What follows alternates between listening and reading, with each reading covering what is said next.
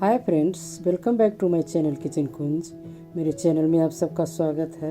कैसे हैं आप लोग? आज मैं बनाने जा रही हूँ गेहूं के आटे से जलेबी जैसा कड़क और नरम मालपुआ, जो खाने में बहुत ही स्वादिष्ट और लाजवाब होता है।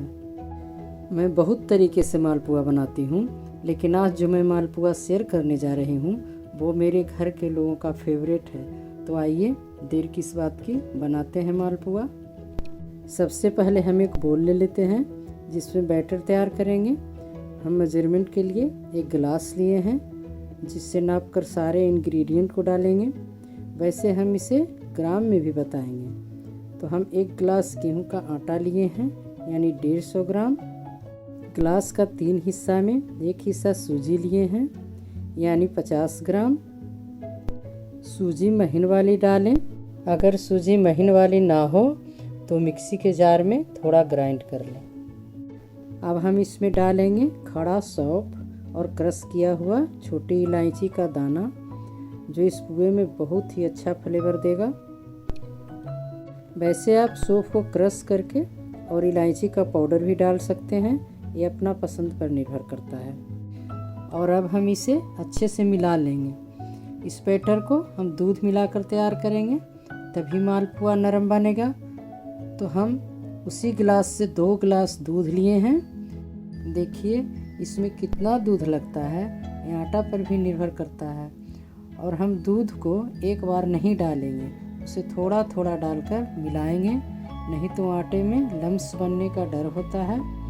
दूध गुनगुना होना चाहिए।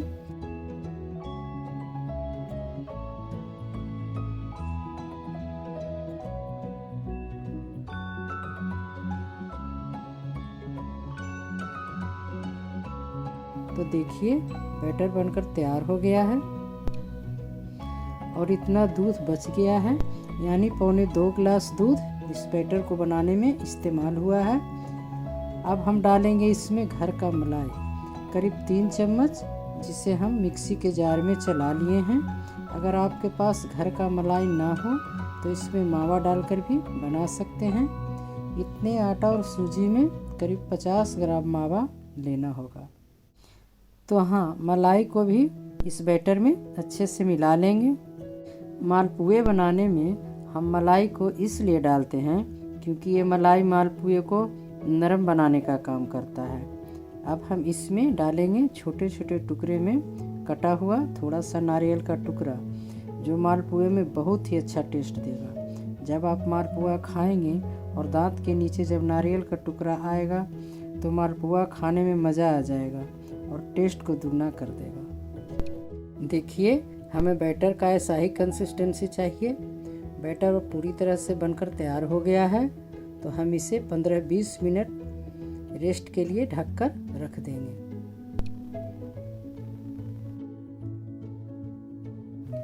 और इस बीच में हम मालपुए के लिए चाशनी बना लेते हैं। चाशनी बनाने के लिए हम एक कढ़ाई लिए हैं और हम उसी गिलास से, जिस गिलास से आटा लिए थे, 2 गिलास चीनी डालेंगे। 2 गिलास चीनी का वज़न करीब 400 ग्राम होगा। क्योंकि आटा हल्का होता है इसलिए उसका वज़न एक गिलास में 150 ग्राम ही था। तो हाँ, चाशनी बनाने के लिए हम जितना चीनी लेते हैं उतना ही पानी लेंगे, यानी 2 गिलास पानी लेंगे। उसके बाद हम गैस ऑन करके चाशनी को मीडियम टू हाई फ्लेम पर बनाएंगे और कलछी से चलाते रहेंगे ताकि चीनी कढ़ाई में चिपके ना और अच्छे से घुल जाए। तो जब तक चीनी घुलता है आप लोग मेरे चैनल को सब्सक्राइब कर दें, और लाइक शेयर तो आप लोग तब करेंगे जब आप लोग को मेरी रेसिपी पसंद आएगी। फ्लेवर के लिए हम इलायची के दाने को क्रश करके डाले हैं। हम केसर के कुछ धागे भी डाल रहे हैं, क्योंकि इससे फ्लेवर तो अच्छा आएगा ही, कलर भी अच्छा आएगा।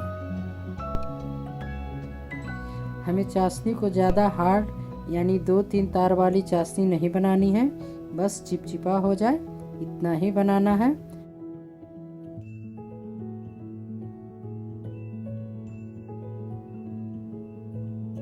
हाथ के उंगली से छूकर देखिए, अगर तेल की तरह चिपचिपा लग रहा है तो समझिए चाशनी तैयार हो गया है।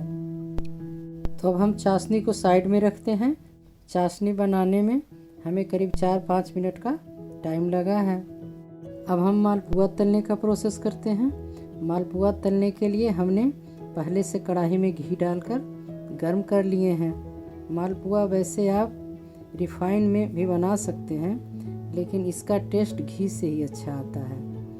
बैटर को भी हम चेक कर लेंगे कि इतने देर में थिक हो गया है या सही है। अगर थिक हो जाए तो थोड़ा दूध और मिला लेंगे, लेकिन यहाँ बैटर एकदम परफेक्ट है। तो अब हम एक कलछी से बैटर को कढ़ाई में डालेंगे और हम इसके ऊपर इस तरह से घी को डालेंगे। अगर नहीं भी डालेंगे तो भी पुआ फूल कर ऊपर आ जाएगा, लेकिन वैसे घी डालने से थोड़ा जल्दी फूलेगा।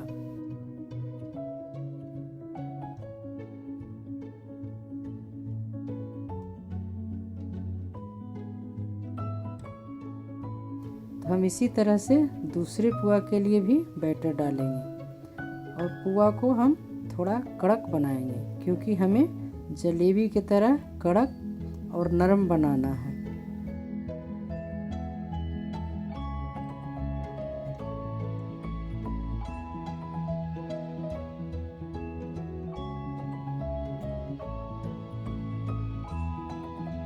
देखिए, हम इस तरह से मालपुआ को लाल करके तले हैं और इसे गर्म ही हम इस तरह से चाशनी में डाल देंगे और इसे हम तब तक चाशनी में रखेंगे तब तक कि दूसरा बैच का पुआ तल न जाए।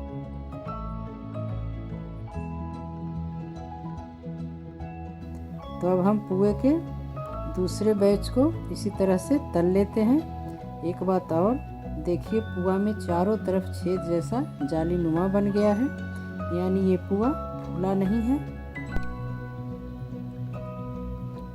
इसकी यही खासियत है कड़क और नरम बनने का। अगर ये पुआ फूल जाएगा तो मुलायम और नरम हो जाएगा, कड़क नहीं होगा। जैसे आप कैसे मठरी को कड़क बनाने के लिए मठरी के बीच में छेद करते हैं। अगर आपसे 2-3 पुआ एक बार ना बने तो आप एक एक पुआ करके ही तल सकते हैं, जैसे हम तल कर दिखाए हैं।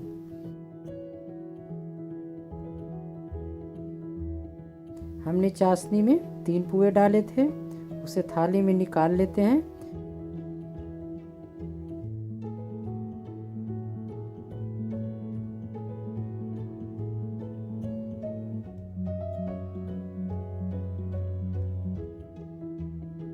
क्योंकि अभी और भी पुए तलने हैं।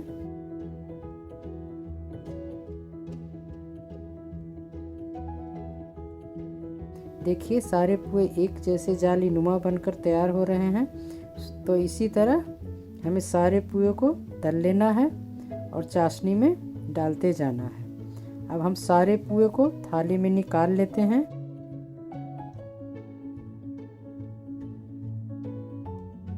तो लीजिए, गेहूं के आटे से बने जलेबी जैसा कड़क और नरम मालपुआ बनकर तैयार है। पहले हम इस मालपुए को कटे हुए पिस्ते से गार्निश कर लेते हैं, जिससे कि देखने में भी अच्छे लगेंगे और खाने में भी स्वादिष्ट होंगे। इस पुए को बनाने के लिए हमें कुछ बातों का ध्यान रखना होता है।